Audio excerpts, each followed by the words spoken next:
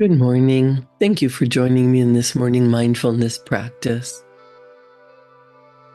Have you ever heard that there is a science of getting rich? Wallace Wattles wrote a book called The Science of Getting Rich. And he said, there is a science of getting rich. It is an exact science like algebra or arithmetic. There are certain laws which govern the process of acquiring riches. Once you learn and obey these laws, you will automatically become a member of that select group of people who live the secret, and you will get rich with mathematical certainty. Isn't that interesting that this is not taught in school? And most people are ignorant of the secret, and yet it's not a secret.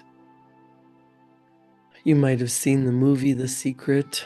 You might have read the book by Rhonda Byrne called The Secret.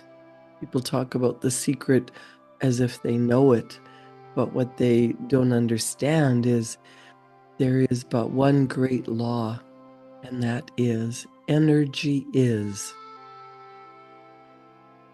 Wallace Wattles wrote this book a long time ago.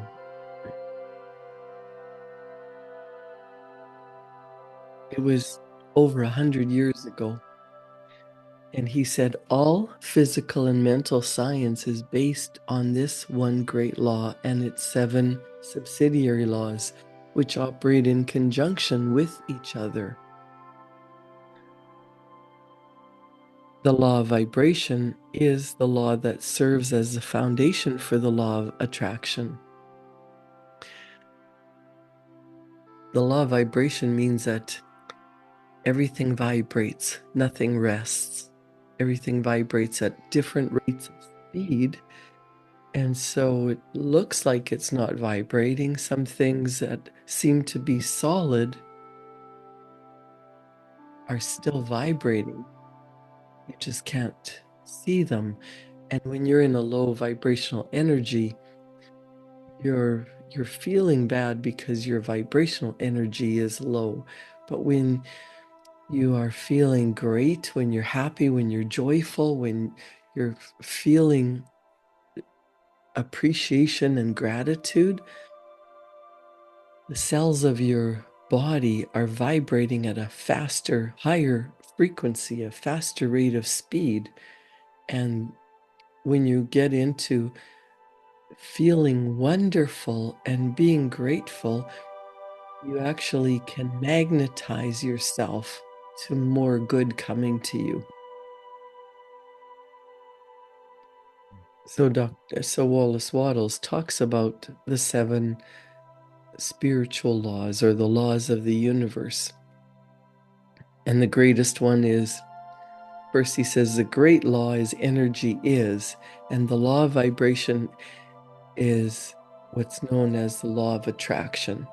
There's the law of perpetual transmutation of energy, the law of relativity, the law of vibration, the law of polarity, the law of rhythm, the law of cause and effect, and the law of gender. The best definition of natural law seems to be that it is the uniform and orderly method of the omnipotent God. When you think about that, some people don't have a very good idea of God, so you could say universal mind, you could say universal intelligence, you could say spirit, all there is.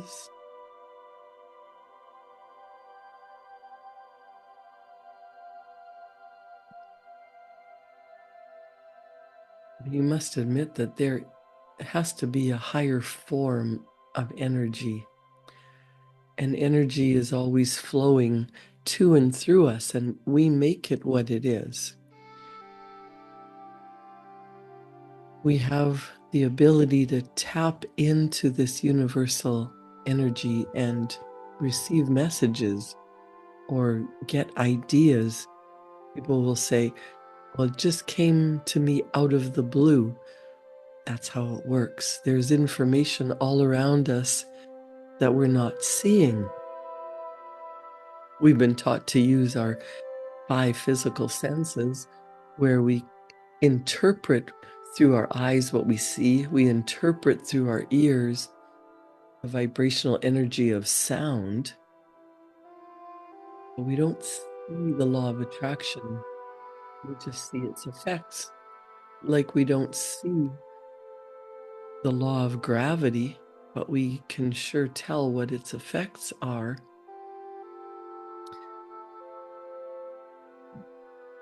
We were given the power of choice. We were given free will.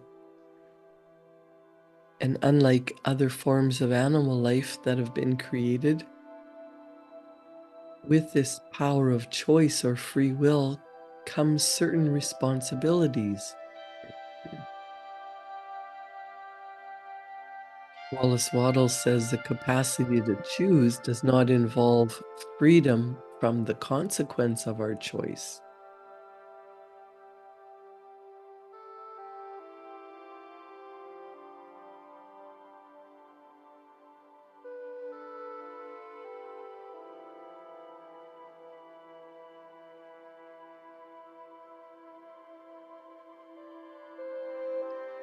Just think about that. The laws or the rules which govern every individual are as exact as the laws which govern the material universe. You can act in accordance with these laws, or you can disregard them, but you cannot alter them in any way. The law forever operates, and it holds you to strict accountability. There is not the slightest allowance made for ignorance. And think about how the law of gravity works. A person who has committed a crime, standing on the roof of a building, and a baby crawling along the roof of a building, both fall off, they're both going to get hurt. It doesn't matter how good a person is or how evil a person is. The law of gravity works the same for both of them all the time. So the laws of the universe work for everyone all the time, regardless of whether you've ever heard of them or practiced them diligently. The law of attraction will deliver to you what you do not want as quickly and as certainly as it will deliver what you do want.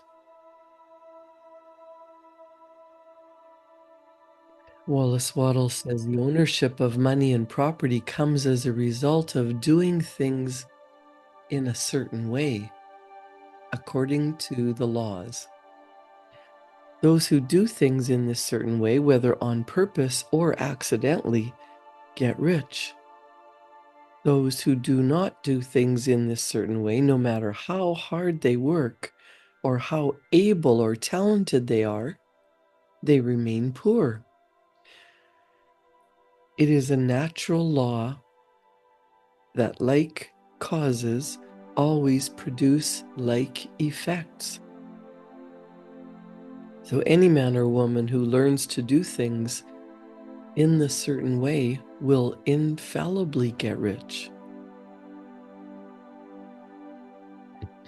So Wallace Wattles gives us some statements, and he tells us that the above statement is true according to these following facts. Getting rich is not a matter of environment. If it were, all the people in a certain area would become wealthy. The people of one city would all be rich, while those in other towns would all be poor.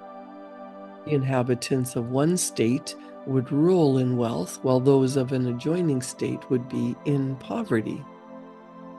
We frequently see rich and poor living in the same environment and often engaged in the same vocations. When two people are in the same locality and in the same business, and one gets rich while the other remains poor, it shows that getting rich is not primarily a matter of environment. Some environments may be more favorable than others, but when two people in the same business are in the same neighborhood and one gets rich while the other fails, it indicates that getting rich is the result of doing things in a certain way. And furthermore, the ability to do things in this certain way is not due solely to the possession of talent, because many people who have great talent remain poor, while others who have very little talent get rich. I find it fascinating that some financial planners who are looking after other people's wealth, they live in poverty themselves. They're not thinking according to the laws of the universe. They're not acting in a certain way. Wallace Waddell says, if we study people who have gotten rich, we find that they are an average lot in all respects. It is evident they do not get rich because they possess unique talents and abilities. They get rich because they happen to do things in a certain way. Getting rich is not the result of saving or thrift. Many very penurious people are poor, while free spenders often get rich. Nor is getting rich due to doing things which others fail to do. Two people in the same business often do almost exactly the same things, but one gets rich while the other remains poor or becomes bankrupt. What are you in harmonious vibration with?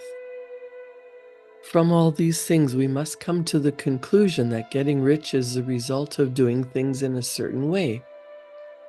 If getting rich is the result of doing things in a certain way, then any man or woman who can do things in that way can become rich. And if like causes always produce like effects, the whole matter can be brought within the domain of an exact science. The question arises whether this certain way may not be so difficult that only a few may follow it. As we have seen, this cannot be true so far as natural ability is concerned. Intellectually brilliant people get rich, and stupid people get rich. Physically strong people get rich, and weak and sickly people get rich.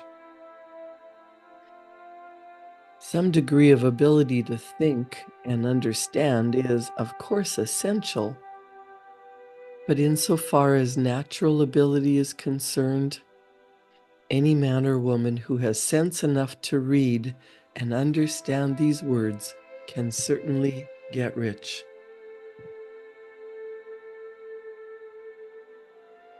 Getting rich involves the necessity of dealing with people and of being where there are people to deal with.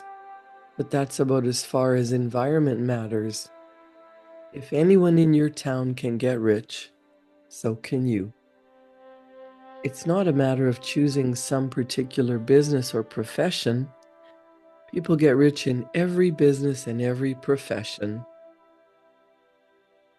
And it is true that you'll do best in a business that you like.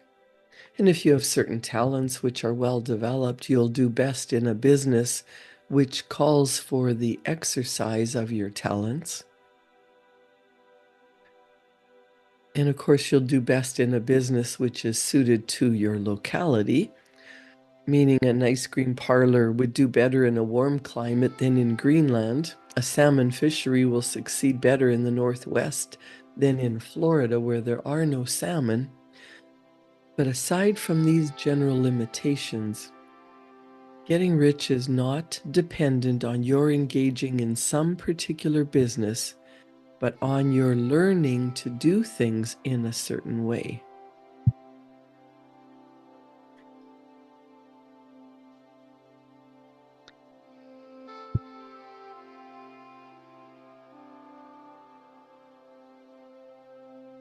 The law of attraction is always working.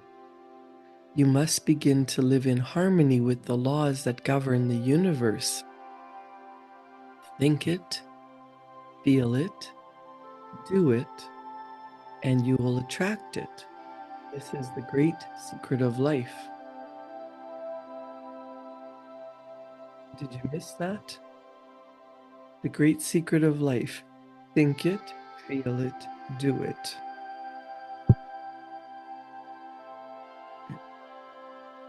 The formless, there is a formless intelligence all around you.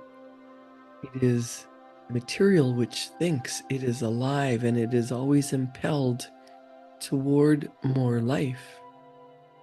It is the natural and inherent impulse of life to seek to live more. It is the nature of intelligence to enlarge itself, and the quality of consciousness to seek to extend its boundaries, to find further expression.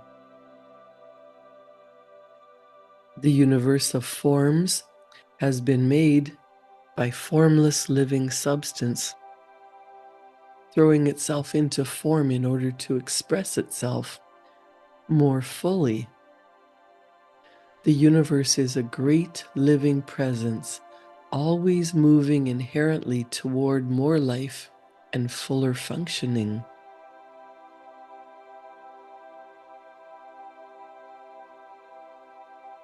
Nature is formed for the advancement of life. Its motive is the increase of life.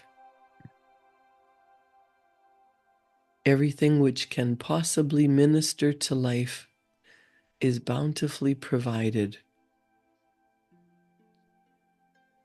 There can be no lack unless God is to contradict himself and nullify his own works. You are not kept poor by the shortness in the supply of riches.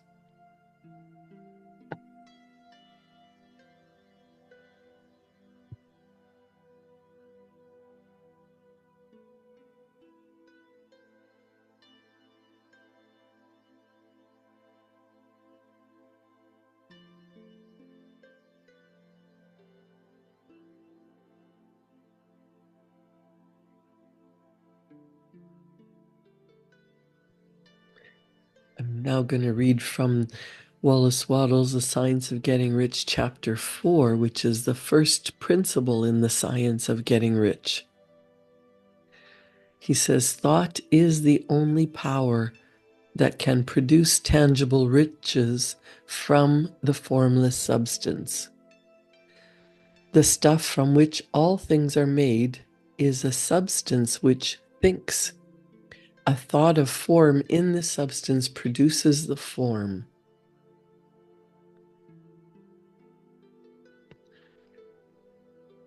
So think about when an individual has a thought, they take material from the forms of nature and they make an image of the form which is in the mind.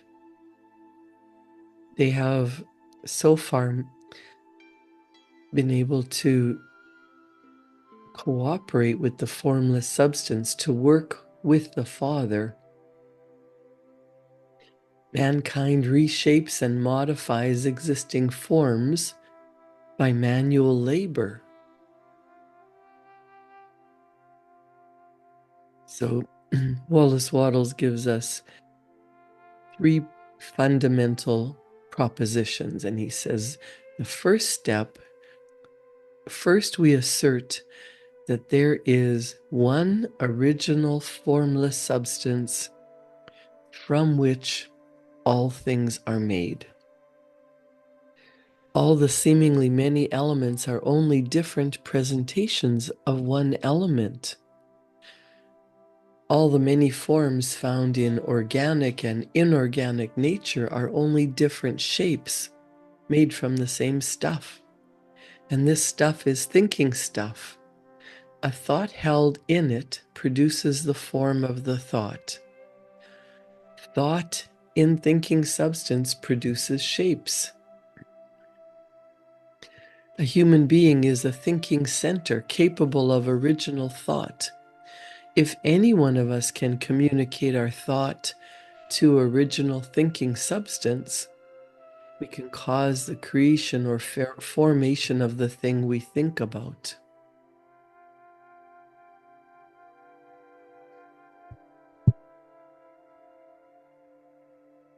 So he tells us to summarize it. He says, there is a thinking stuff from which all things are made, and which in its original state permeates, penetrates, and fills the interspaces of the universe. A thought in this substance produces the thing that is imaged by the thought. You can form things in your thought, and by impressing your thought upon formless substance can cause the thing you think about to be created. Wallace Waddell said he proved these statements through logic and experience. Reasoning back from the phenomenon of form and thought, I come to one original thinking substance. And reasoning forward from this thinking substance, I come to the individual's power to cause the formation of the thing one thinks about. By experiment, I find this reasoning to be true, and it is my strongest proof. If one person who reads this book gets rich by doing what I say to do, that is evidence in support of my claim. If every person who does what I say to do gets rich, that is positive proof until someone goes through the process and fails. The theory is true until the process fails, and this process will not fail because every person who does exactly what I say to do will get rich. So I think the difference here is when you're thinking about what you really want and you get into the feeling that it's yours and you really practice being there in your mind, you get inspired ideas, thoughts come to you, and the longer you think on the subject with the feeling that it's yours already, ideas pull together, and then you act on the idea and you find out if it works or not. If you're thinking of what you really want from the point of view of lack, limitation, and poverty, and, well, it's nice if someone else has it, but I can't, or it's going to take too long, I don't know how to do it, you have all kinds of excuses and reasons why it can't be yours, then by the law of the universe, it can't be yours. You actually have to be in harmonious vibration. As you're practicing the thoughts that you want, in the feeling that it's yours, how wonderful it is to have what you truly desire, what it looks like, what it feels like to pretend in your mind that it's already yours. It is just a matter of time before it becomes yours on the physical plane. If you're worried and doubting, if you're fearful and you don't take action, by law, it won't come to you.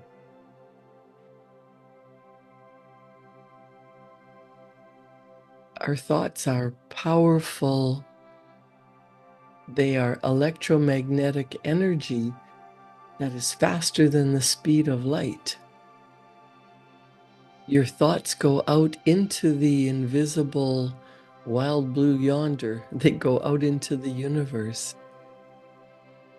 And even though you can't see it, you can see the effects. When you're feeling not good, when you're feeling doubtful, when you're going against the laws of the universe, you're pushing away the good. It's like you're sabotaging your own success. If you're afraid, you have to courageously face the thing that you fear so that you can experience the growth. You actually have to change and grow and become the person who has what you really want. That's practicing getting used to feeling how you will feel when you have what you want, rehearsing how it's going to look, acting as if you already have it in your mind, not through ego, not through boasting, not through buying things that you don't yet have the money for, but just practicing feeling prosperous, practice feeling successful, practice feeling the happiness that you believe you'll have when your goal has been attained. And really, the only reason you have a big goal is because you believe you'll feel better in having it, whether it's a material possession or a relationship or a business running the way you want it to be running.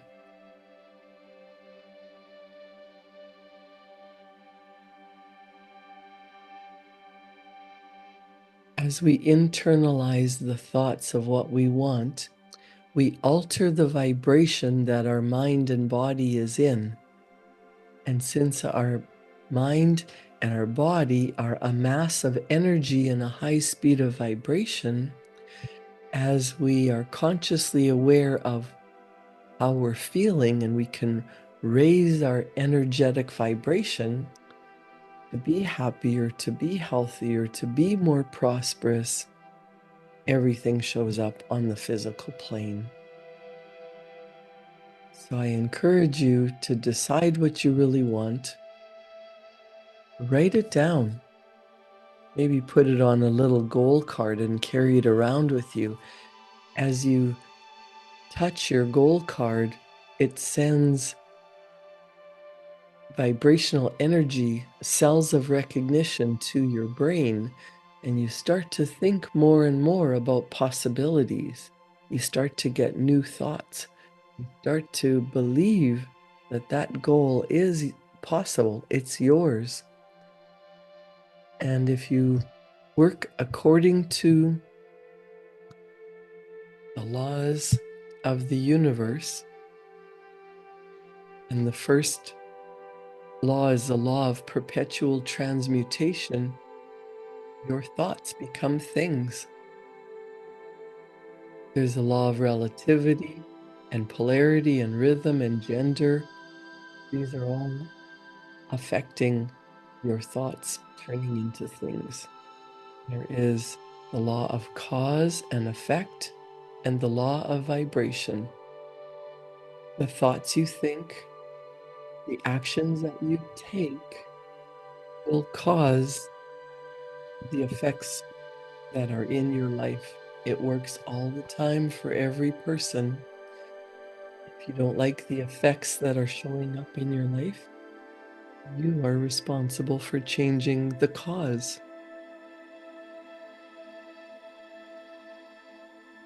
Think about what you really want. Are you practicing thinking and feeling and doing things in alignment with that goal? Create a wonderful day. Thank you for joining me in this morning mindfulness practice. Have a wonderful day. I'll see you back here tomorrow morning at 7. If you're listening to this on YouTube, please consider subscribing, liking, and sharing it to help others. Thank you very much.